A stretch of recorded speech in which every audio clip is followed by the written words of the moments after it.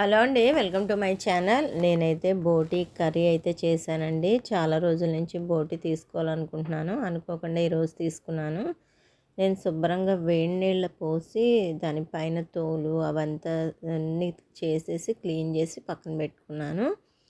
First అయితే నేను pan పెట్టుకున్నాను, స్టవ్ వెలిగించి ఆయిల్ సరిపడా పోసాను. పోసిన తర్వాత ఏదైతే మనం చేసిన బోటి ఉందో ఆ బోటి వేసాను. ఎందుకంటే నీరు వచ్చేసి ఆ నీరు మొత్తం ఎగిరిపోవడం వల్ల దానిలో ఉన్న బ్యాడ్ వాసన అంతా పోతుందన్నమాట.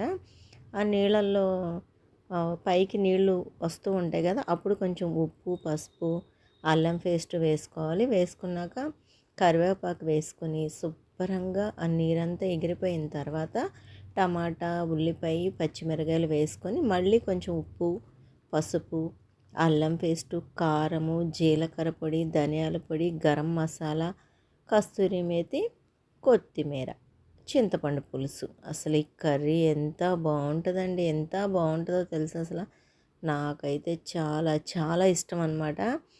అసలు ఎంత టేస్ట్ ఉంటుందంటే పులుసు పెట్టుకుంటే చాలా బాగుంటుందండి. గలబొడి కూడా బాగుంటుంది, కానీ అది ఎక్కువ కొవ్వుగా ఉంటుందని చెప్పి నేనైతే అది తీసుకోలేదు. ఇది తీసుకున్నాను అనమాట. కర్రీ అయితే అయిపోయింది. మీకు పూర్తిగా వీడియో కావాలంటే కానీ కామెంట్ చేయండి, నేను అప్లోడ్ చేస్తాను. ఈ కర్రీ మీకు ఎంతమందికి ఇష్టమో కామెంట్ చేయండి.